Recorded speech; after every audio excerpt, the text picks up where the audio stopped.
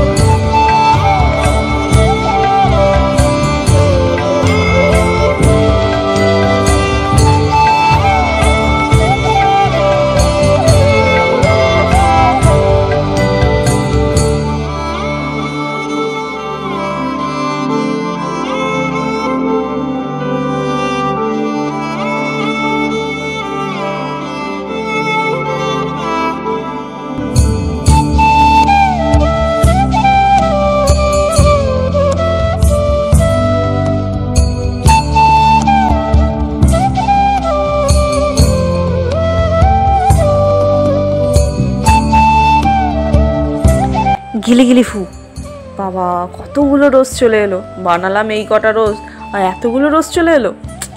আরে বাবা, এর পিছনে অনেক মেহনত আছে, আপনারা বুঝবেন না সেটা। তো যাই হোক, মোটামুটি আমি আমার যতগুলো দরকার, আমি ভেবেছিলাম আমার এতগুলো দরকার, পরে আমাকে অনেকগুলো অফ ক্যামেরাতে বানাতে হয়েছিল। এরপরেও মানে যতগুলো বানিয়েছি তারপরেও অনেকগুলো বানাতে হয়েছিল। অ্যাকচুয়ালি আমি আমার কাউন্টটা ভুল করেছিলাম, তো মানে গুনতিতে ভুল হয়ে গেলে হয় না যে, না গুনতিতে ভুল, এটা ভুল কথা। আমার কাছে মনে হয় পেপার শর্ট ছিল সেই সময়, তো এই জন্য আমি পেপারটা পরে এনে আবার রোজ তৈরি করে তারপরে করেছিলাম। এখানে যতটা পেরেছি করে গেছি। আর অনেকটা ক্যামেরাতে আমি ইয়ে করতে পারছিলাম না, ক্যাপচার করতে পারছিলাম না, তো এই জন্য আমি কি করেছিলাম, যতটা পেরেছি ততটা পর্যন্ত কমপ্লিট করে তারপরে পরের দিন আবার পেপার কিনে তারপরে এটাকে আবার ভিডিও শ্যুট করেছিলাম। তো এখন আমি ওই যে নিচের যে ডান্ডাটা হবে মানে বুকের যে স্টিক, সেই স্টিকটাকে আমি রেডি করে নিচ্ছিলাম ওরকমভাবে পেপার কভার করে। অ্যাকচুয়ালি যাকে দিতে হবে বা যদি ঘরে সাজিয়েও রাখা হয় তাহলে তো একটু দেখতে শৌখিন হতে হবে। হ্যাঁ, তো ওই দেখতে শৌখিনের জন্যই এত কিছু করা। তো এই তো ভালো করে চিটফিট সব মাখিয়ে নিচ্ছি, মানে ওই যে প্রলেপ, চিটের প্রলেপ দিয়ে দিচ্ছি।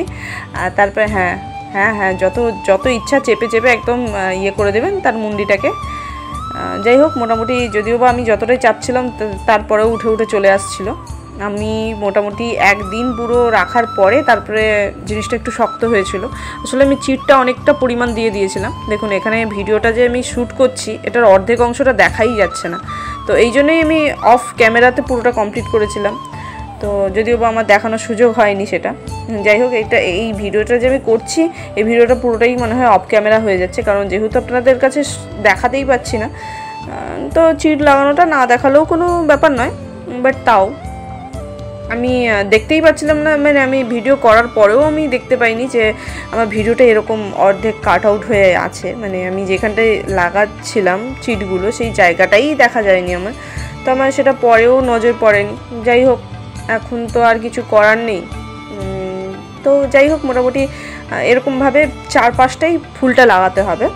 এবার আমি প্রথমেই বলেছি আমি যে রোজ এখানে ইউজ করছি, মানে আপনাদেরও রোজ ইউজ করতে হবে তার কোনো মানে নেই। আপনারা চাইলে যে কোনো ধরনের ফুল ইউজ করতে পারেন বা আপনারা যেটা চান সেরকম ধরনের ফুল ইউজ করতে পারেন।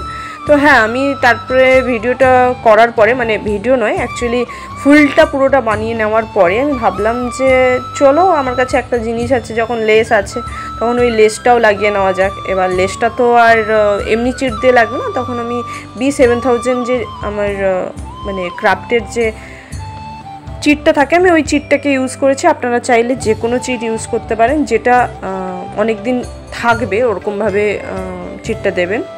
আর আমি এখানে একটা রিবন তৈরি করে নিয়েছিলাম, এটা রিবনটাকে আমি জাস্ট বো হিসাবে ইউজ করছিলাম। আপনারা ওটা এক্সেপশনাল, ওটা যদি আপনারা চান তাহলে ইউজ করতে পারেন, না চাইলে ইউজ করবেন না, সেটা সম্পূর্ণভাবে আপনাদের ব্যক্তিগত ব্যাপার। তো আজকের ভিডিও এই পর্যন্ত, দেখা হচ্ছে আবার পরের কোনো ভিডিওতে। ততক্ষণ পর্যন্ত ভালো থাকবেন, সুস্থ থাকবেন।